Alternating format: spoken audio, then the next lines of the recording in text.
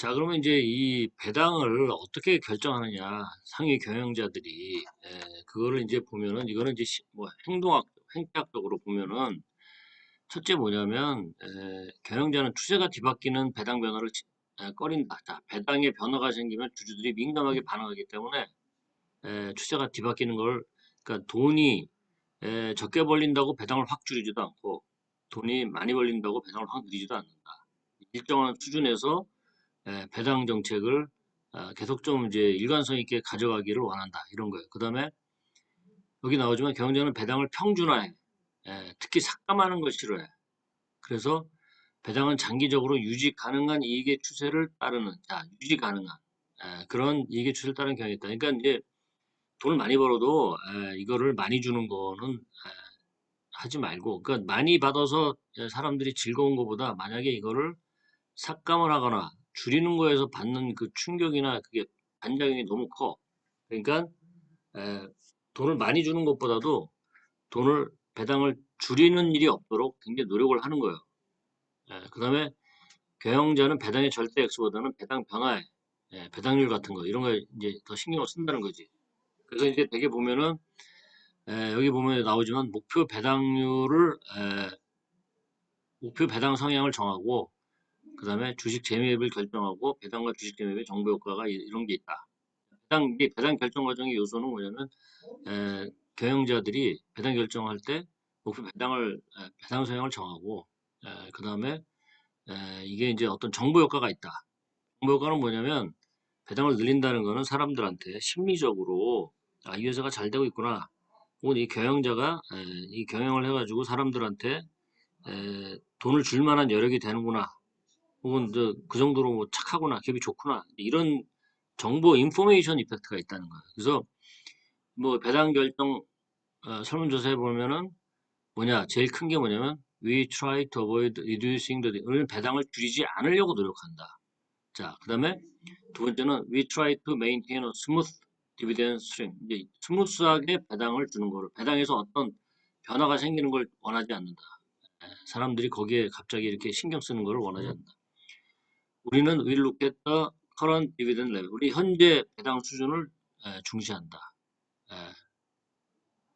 그 다음에 나중에 뒤집어야 되는 그런 결정을 배당을 왔다 갔다 하면은 이제 주주들한테 어떤 느낌을 주냐면 야 얘는 미래가 어떻게 될지 전혀 예측을 못하고 컨트롤이 안 되나 보다. 그러니까 그냥 오는 대로 막 줬다가 뺏었다가 막 이런 식으로 하나 보다. 이렇게 생각하는 거예요. 그러니까 이게 컨트롤이 안 되나 보다. 이렇게 생각하는 거예요.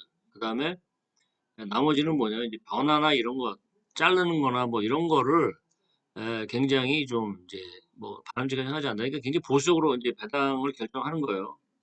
그래서 배당 지급은 뭐냐면 여기 보면 이제 배당 공고일이 있어. 기업이 배당 지급을 발표하는 날이 있고 배당락 주식이 배당락인데 하는 게 있고 그 다음에 배당이 지급 예정되는 기준일이 있고 그 다음에 지급일이 있어. 이게 그러니까 이게 배당 공고일하고 지급일 다르고 당연히 배당락이라고 지급일 다르고 그다음에 기준이라고 지급일이 달라요. 그다음에 배당락일과 기준일도 달라. 예? 레코드 데이트는 뭐냐? 이날까지 주식을 갖고 있는 사람이 그 회사의 주주로 인정을 받아서 배당을 받는 거예요. 예. 그다음에 주주에게 추가로 주식을 발행한 건 주식 분할. 그다음에 배당 엑스 디비덴드 데이트는 뭐냐면 여기 바로 뭐냐면 이 기준으로 중심으로 배당을 받을 권리가 있는지 없는지를 하는 거예요. 예? 이게 우리가 이제 영업일이라는 게 있잖아요. 예를 들면 주식을 사거나 팔면 이틀 뒤에 그게 이제 그 실제로 처리가 되잖아. 그러니까 그런 것 때문에 이게 디비덴드 데이트하고 그다음에 뭐 그게 좀 약간 차이가 있는 거예요. 그래서 이제 그런 거는 이제 뭐 테크니컬한 거고 우리가 이제 이론으로 들어가면은 배당이 기업 가치와 관련이 있다 없다 이 두 가지로 이제 크게 나뉘어요. 기업 가치 관련이 있다 없다. 무관련 이론은 뭐냐면 에, 배당 성향이 배당이라는 걸 통해서 기업 가치에 영향을 주지 않는다는 거예요.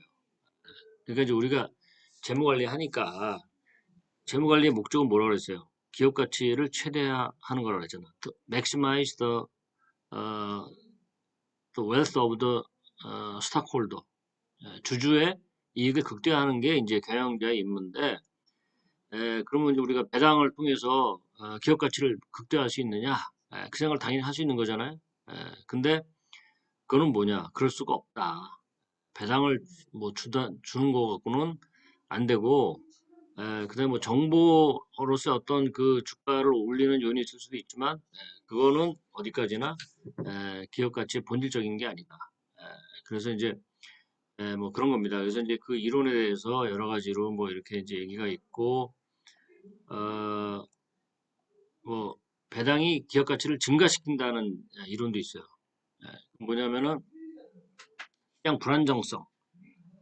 이게 뭐냐면 고배당 주식에 대한 자연적인 고객이 있다. 그 고배당 주식을 좋아하는 사람들이 있어요. 자연적인 내추럴한 클라이언텔이 있어. 이런 사람들이 따로 있어. 그러나 이것이 특정 기업의 배당을 증가시켜 혜택을 볼 수 있다는 걸 의미하지는 않는다. 고배당을 선호하는 고객이 선택할 수 있는 이미 많은 수의 고배당 주식이 있다. 이런 고객은 배당을 지급하는 주식을 수용하면서 주가를 올린다. 자, 이런 시장 불안전성. 왜냐면 시장이 불안전하기 때문에 바로 일어나는 현상이다. 기업의 어떤 가치와 변화와 상관없이 시장 불안정성 때문에 생긴다. 근데 배당의 신호 효과.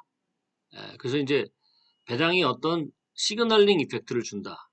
이게 뭐냐면 배당을 늘린다는 거는 현금 흐름이 좋나 보다. 배당을 줄 만한 돈이 되나 보다. 이런 거잖아요. 그죠?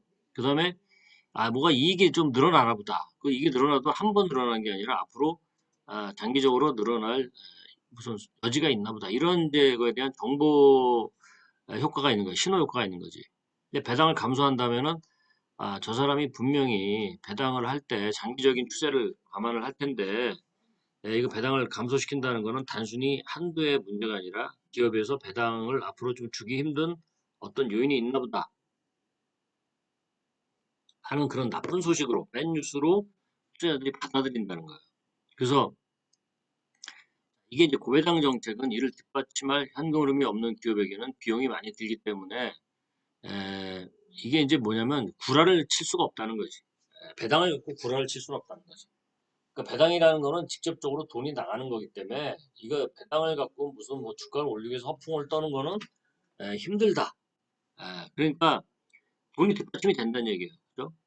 그러니까 우리가 뭐 예를 들면 뭐 이제 그 뭐 여러 가지 뭐 이제 예를 들면 뭐 무슨 우리가 폼을 잡기 위해서 뭐 여러 가지 뭐 하고 하지만 우리가 진짜로 밥을 사줘야 된다면 다른 사람한테 그거는 함부로 돈이 많은 척을 할 수가 없다 이제 이런 얘기죠. 게다가 돈이 들어간다는 얘기죠. 그래서 이론 세부는 배당이 기업 가치를 감소시킨다. 근데 이게 이제 그 배당 정책을 변경해 배당을 자본이득으로 바꿀 수 있다. 배당이라는 거는 받는 사람은 이제 그 받는한테 이제 이거를 배당 정책을 통해서 자본이득으로 바꿀 수 있다. 근데 세율이 더 높다면 배당에 대한 세율이 자본이득보다 더 높다면 세금 내는 투자자는 그러한 변경을 확인할 것이고 이 회사의 가치를 더 높게 평가할 것이다. 이러한 세제에서는 총현금 흐름은 배당으로 지급할 때보다 커질 것이다. 근데 이게 이제 결론적으로 얘기하면 배당은 기업의 가치를 감소시키지도 증가시키지도 않고 단지 어떤 시장 불안전성이나 신호 효과라는 게 있다. 이건 이제 심리적인 거죠. 심리적인 거가 있고 고객 효과가 있기 때문에 주가 이제 기업 가치를 증가시킨다는 거는 이런 기업에 대한 주가가 올라간다는 얘기죠. 주주들 사이에서. 하지만 이거는 시장 불안전성이나 배당의 신호 효과 때문에 생기는 거다. 그런 겁니다. 그래서 한국에 이제 배당이 낮은데 이게 뭐냐면 이제 이 배당이 낮은 이유는 뭐냐면 한마디로 말하면 너희들한테 현금을 줘서 너희들이 그 돈 갖고 나가서 돈을 벌어봤자 이 기업인 내가 이 돈을 가지고 돈을 버는 것보다 너희들한테 더 높은 수익을 줄 수 있다. 이제 그럴 때 배당을 안 주고 기업이 내부 유보해서 이제 투자해갖고 뭐 이렇게 하는데 이게 지금 맞는 말이냐? 이제 다 그런 걸 내세우는데 실제로 뭐 분석을 해보고 논문에 보면은 그런 게 아니다. 그거 상관없다. 일단 돈을 인색해서 주주들한테 배당을 안 해준다. 그럼 그 배당 갖고 뭘 하냐? 배당 갖고 뭐 어디에 자기가 개인적으로 투자를 한다든지 뭐 이렇게 하면서 개인적으로 좀 빼먹는 것 같더라. 먼저 이게 사실은 결론입니다. 그러니까 이제 이게 배당 이론에서 가장 중요한 게 뭐냐면 홈메이드 배당이에요. 자기가 배당을 만들 수 있다. 이제 그거에 대해서 우리가 있는데 그거는 좀 학부 수준에서 해보니까 좀 어려워해서 그냥 쉽게 얘기하면은 이게 이제 여기 어떤 게 있는데 어떤 중국집이 있어요. 아주 뭐 너무 잘 나가는 중국집이 있어서 여러분이 투자를 했어. 근데 돈이 남어. 그러면은 중국집에서 이제 여러분들한테 배당을 해줘야 되는데 배당을 안 해줘. 그 핑계는 뭐냐면 너희들이 이 중국집에다가 투자를 계속 하고 있으면 내가 더 돈을 많이 벌어서 나중에 더 돈을 많이 너희한테 줄 수도 있고 그에 따라 주가도 더 올라간다. 그러니까 배당 받지 말고 나한테 그냥 놔둬라. 회사에 놔둬라. 이제 이 얘기를 하는데 대개의 경우 이런 사람들이 이제 어떤 식으로 하냐면은 예를 들면 자기 아들이 있는데 뭐 공부도 못하고 뭐 이래서 뭐 해외 뭐 예를 들면 특정한 뭐 그게 아니고 예를 들면 이제 뭐 이탈리아 가서 놀면서 공부도 안 하고 뭐 한데 뭐 피자 가게 하나를 이제 피자를 좀 배워서 왔다. 그래갖고 아들이 피자 하려고 그러는데 피자 맛도 없고 뭐 그냥 좀 경영에 성의도 없는 친구인데 이제 심심하니까 피자 가게 한다니까 그 중국집 아버지가 얘한테 돈을 투자했다. 그건 일단 좋은 투자가 아니죠. 그러면은 투자로서는 어떻게 얘기할 수 있냐면 네가 네가 네 그 뭐 별 볼 일도 없는 네 아들한테 투자하면서 돈 빼먹지 말고 그냥 우리한테 배당을 주면 내가 만약에 그 피자집에 투자하고 싶으면은 내가 투자하겠다 이거야. 내가 찾아봐서 제일 좋은 피자집 내가 투자하면 되는데 네가 왜 네 맘대로 우리 돈을 가지고 네가 맘대로 여기저기 투자하고 그런 식으로 뭐 아들한테 투자해서 수익률도 낮고 나중에 뭐 회사 말아먹으면 또 그거 인수해갖고 또 아들은 빼주고 뭐 나는 회사 돈으로 인수해갖고 또 이렇게 해주고 이런 식으로 하는 게 맞느냐 이거예요. 예? 그게 이제 바로 뭐냐면 가장 논점은 뭐냐면 네가 그런 식으로 투자를 하지 않아도 배당을 주면 우리가 알아서 투자할 수가 있다. 그러니까 뭐 우리가 바보도 아닌데 우리 대신 뭐 돈을 강제로 뭐 돈을 이렇게 회사 내부 이고시켜서 내가 투자해 줄게. 그렇게 하지 말라는 거예요. 그렇게 하지 말고 돈을 주면 우리가 알아서 투자를 하겠다. 결국 이제 그런 얘기입니다. 그러니까 일반인한테 돈을 주면 일반인이 알아서 투자할 텐데 꼭 이거 내 회사에서 너희들 돈으로 나한테 투자하면 내가 밀려줄 수 있다. 그러니까 너희들은 돈 안 주겠다. 이런 게 말이 안 된다는 거지.